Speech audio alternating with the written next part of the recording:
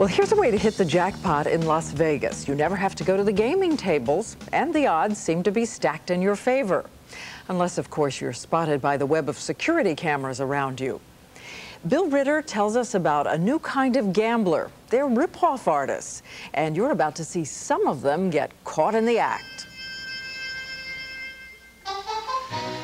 1 minute and 38 seconds after midnight, we black out the whole town and hit the 5 casinos at the same time. Sahara, Riviera, Desert Inn, the Sands. When you think about casino rip-offs, this Rat Pack picture may come to mind. The movie is Ocean's 11. A group of World War II Army buddies decide to short-circuit Las Vegas on New Year's Eve and steal millions of dollars from the casinos. Now, meet the new casino rip-off artists. You're watching videotape of the latest casino scam. Watch the guy in the cap. He spills a liquid on the floor. Now, guess what happens to his buddy hobbling up on the crutches? Oops. It's called slip and fall, but it really should be called slip and sue. And check out the woman in the lower left corner. She's actually beating herself in the face. She'll later say she was assaulted and robbed, but it's all an act that's cost the casinos millions of dollars, until now. We're going to draw a line in the sand, and we're not going to pay fraudulent or outrageous claims. Carolyn Ellsworth is the head of risk management and the staff lawyer for the Mirage Hotel and Casino in Las Vegas. How many claims does the Mirage Hotel have against it here in Las Vegas right now? We probably have an average of approximately 800 a month. And Ellsworth estimates 10% of the claims filed against casinos are bogus. Go ahead. This woman filed one of them. In 1991, Nellie Perez was at Caesar's Palace in Atlantic City with her boyfriend Carlos when she says she fell in the elevator. She was at the time one of Caesar's best customers, dropping, according to several sources, as much as $300,000 in 1 year. Her son Fernando is her translator. As she walked into the elevator, she noticed, she kind of caught a glimpse of there was salty water on the edges of the elevator. So she tried to grab on to the rail and to Carlos to prevent from falling. Can you show me what happened? Sí, yo fui a entrar hacia el ascensor. Entonces yo le dije, ay, hay agua con jabón, Carlos, Carlos, Carlos. So Perez filed a lawsuit against Caesars, claiming the casino was responsible for the wet floor in the elevator, and for her fall, and for the miscarriage she claims that followed. But then Caesars pulled out Exhibit A, a videotape that its security system had made of Perez inside the elevator, and what it showed was amazing. Perez and her cohort were in and out of the same elevator 12 times in less than an hour, appearing to scope out the floor that, a short while later, Perez would slip on. Fernando, you're looking at this, and I know it's your mother. Mm-hmm. Does it look like she fell? That's to me. It does? Yeah. I don't see her arms trying to grab a rail or grab Carlos. She's turning around. She very conveniently sits down and then lies on the ground. Just like this. Turns around, sits down, braces herself, and lies on the ground. No, no, no, no. No. Well, it may be no today, but when Nellie Perez first saw this videotape, she immediately dropped her lawsuit and then pleaded guilty to perjury for filing a false claim. She was sentenced to 3 years probation. I gotta offer you one more chance here, Nellie. We're looking at this video. 1,000 times, I'll repeat it, I slipped and fell. Now, in the old days, the casinos would have just settled these fraudulent claims quickly and quietly. It was considered good customer relations. Besides, they figured they'd just get the money back anyway at the gaming tables. But that was before we as a country went lawsuit crazy and the financial stakes shot up. Lloyd Levinson heads up a team of lawyers who practice casino law in Atlantic City.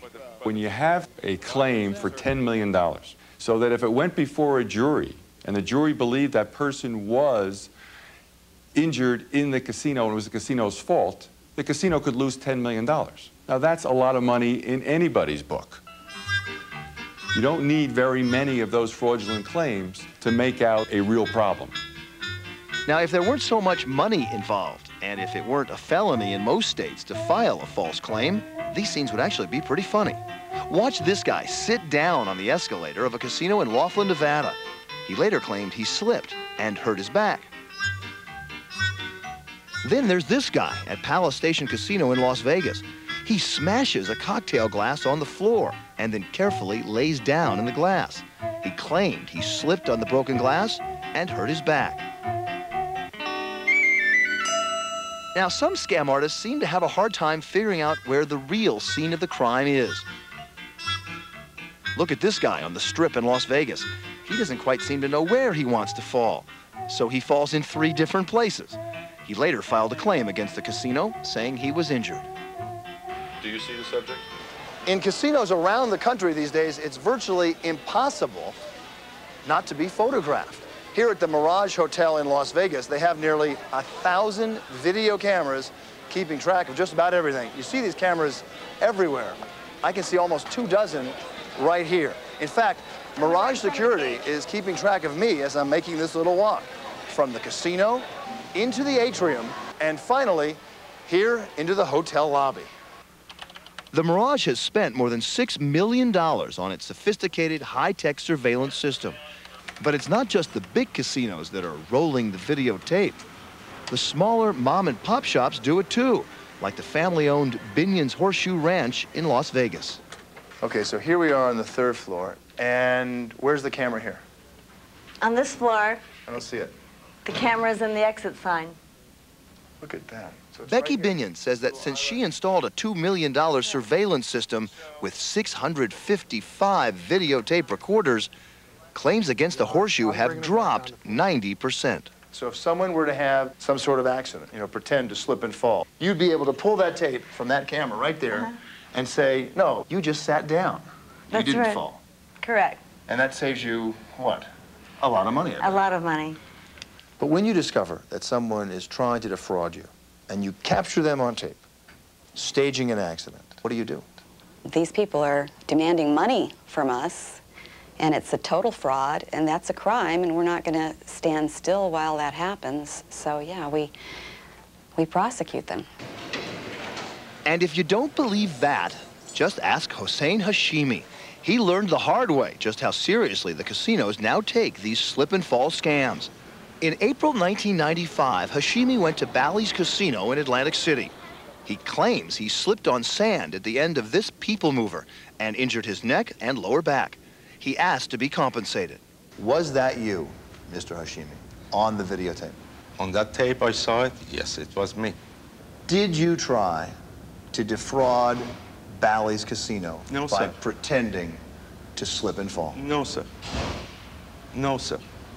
But that's exactly what the casino says its videotape shows. Bally says Hashimi strolled right onto the people mover, that's him coming towards us, and scooped up handfuls of sand from the nearby ashtrays, sprinkling the sand at the edge of the moving ramp. Then Hashimi seems to sit himself down on the ground. He claims he fell hard. But I'm not going to say I'm guilty because I didn't do anything wrong. But prosecutors then brought charges, and Hashimi stood trial. The jury actually laughed out loud when they saw the videotape. Hashimi was found guilty and sentenced to 4 years in New Jersey State Prison. He's now appealing the case. While some casinos are quick to whip out their videotapes to catch these scam artists, Las Vegas attorney Ed Bernstein says others are not so quick with the tape when the customer has a legitimate claim. It took us 3 years to get a copy of the tape through the court. They never disclosed that the tape even existed. As evidence, he offers this client, an elderly woman knocked down by a defective automatic door at a popular Las Vegas casino. The woman suffered a broken knee and has to use a cane for the rest of her life. Bernstein says it took the casino 7 years to cough up the $100,000 in settlement money. And it took 3 years for the casino to hand over the videotape. The casino should have looked at the tape, said, hey, we're sorry that our automatic door closed on you, and we know that it was our fault and we're going to pay the claim. That's the way it should have happened, but it didn't. But what happens when there is no videotape and no witnesses? Well, just like any other business, it's the customer's word that's at issue. Stephen Yanni claims he fell in the men's bathroom at the Tropicana Casino in Atlantic City 2 years ago. And in the bathrooms, there is no video surveillance. And I slipped on a very high amount of water, and I fell. And How much water was that? and I would say there was a good quarter to a half inch of water. And you didn't see it? No. After visiting his doctor several days after the fall, Yanni offered the Tropicana a deal. I says, I would settle for $2,000 pain and suffering, whatever you want to call it, without an attorney. If I had an attorney not represent me, it would save the casino money for a settlement. But the casino didn't buy Yanni's story. Instead, they checked into his background. Then they had him arrested and charged with fraud. They did charge you with other things. Is this correct in the indictment, your past? Yeah, there's a couple things in there. A slip and fall at the Taj Mahal, the Trump Taj Mahal, in 1993. I would say that's 95% correct. You fell in the men's bathroom again, right? I fell in the restroom upstairs. And hit your head. You wanted $7,500. They settled for $500. That was a legitimate fall as well? Yes, it was. There was another incident at Caesars. Yeah. What was that about? Similar. You fell in the men's bathroom? Yeah. With all due respect, I'm trying to be objective here. One guy falling 3 times in a lifetime in a men's bathroom in a casino. You did it 3 times within 10 years, twice within 3 years. What are the odds? I don't know.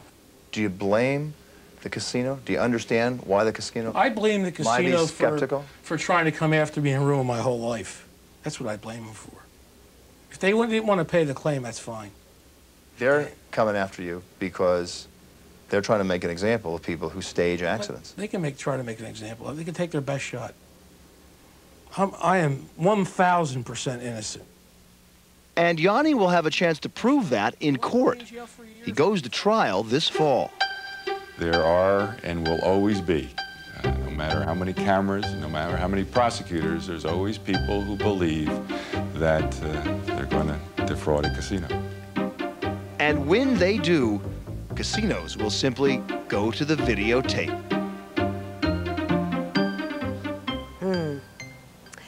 I ripped my stocking in a somewhat rough spot under this desk, and if there aren't any surveillance cameras under it, I'm going to sue for a new pair of stockings. While I'm at it, I'll get a pair for Diane. We'll be right back.